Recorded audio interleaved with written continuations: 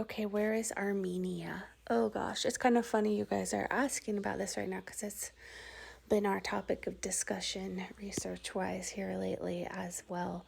Not Armenia, rather, but the Euphrates and the connection to that. So, Armenia is not a biblical name, that's a newer name, but Armenia is typically associated with being Ararat, the mountains of Ararat. So Ararat is up here. These are the mountains of Ararat. So this is southern Alberta, Banff National Park, and this is where the Tower of Babel was built. This is where the Valley of Shinar was. This is where Noah's Ark landed. I talk about that in other videos. So we have decided a long time ago the Euphrates River was the Mississippi, and that the Missouri River is the Tigris.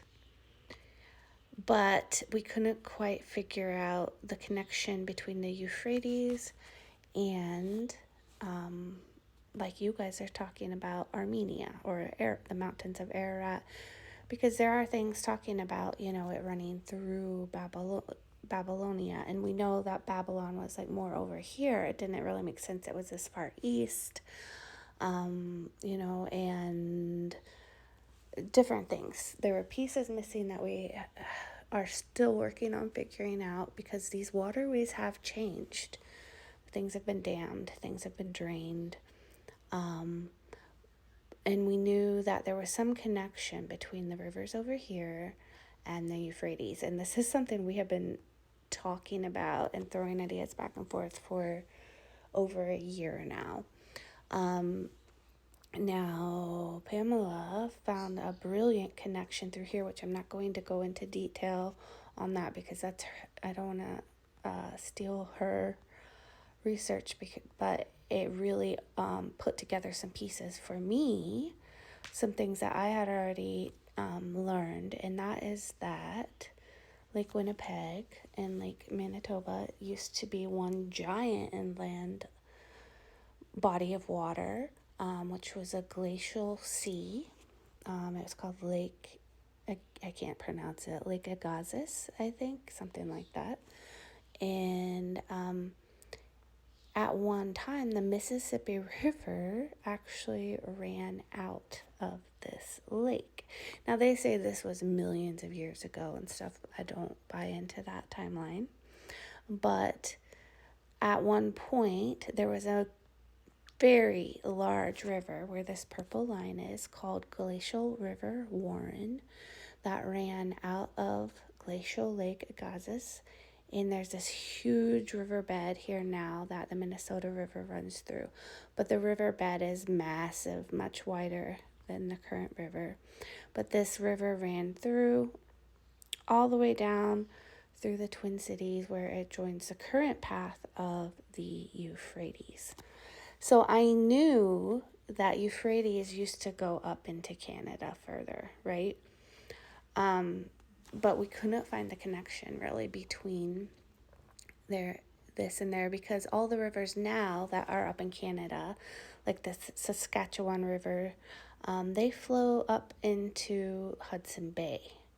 So that didn't quite make sense, but what we have learned is that these rivers used to flow, I believe, into this glacial lake and then flow out of the glacial lake. So my current understanding of the Euphrates is that it started up here in the mountains of Ararat, crossed through Babylonia.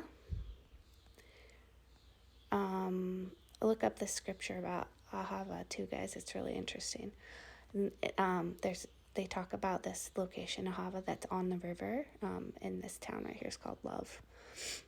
And Ahava means love. So I should have added that tidbit in. So it ran into the lake and then out of the lake down here.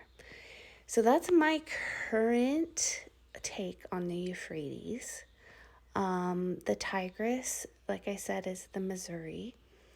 And it originates up in here near where we believe the Garden of Eden was, which we believe was the Yellowstone National Park area in here, which is also, I believe, where the Pishon is. So this is the Yellowstone River, appears to be the Pishon, and it runs into the Tigris. So, still working on it. Oh, another fun tidbit, I have seen research talking about how the Missouri actually used to run into, so this orange line here is the Missouri, the path, what used to be the path of the Missouri. It actually used to run north into this lake. So that's interesting too. So originally the Missouri started down here by, in this area near Yellowstone, and then ran up north into Glacial Lake Agassiz. So that's also interesting. And then what they say is when this lake started draining, it was so powerful, it pushed the flow of the Missouri backwards and reversed its course. And then it started flowing south and met up with the Euphrates in Missouri. So the modern confluence of the Tigris and the Euphrates would be St. Louis. I'm not sure if that's where it has always been, though, because the river systems have changed. But we're still working on it. We've made a lot of progress over the last year.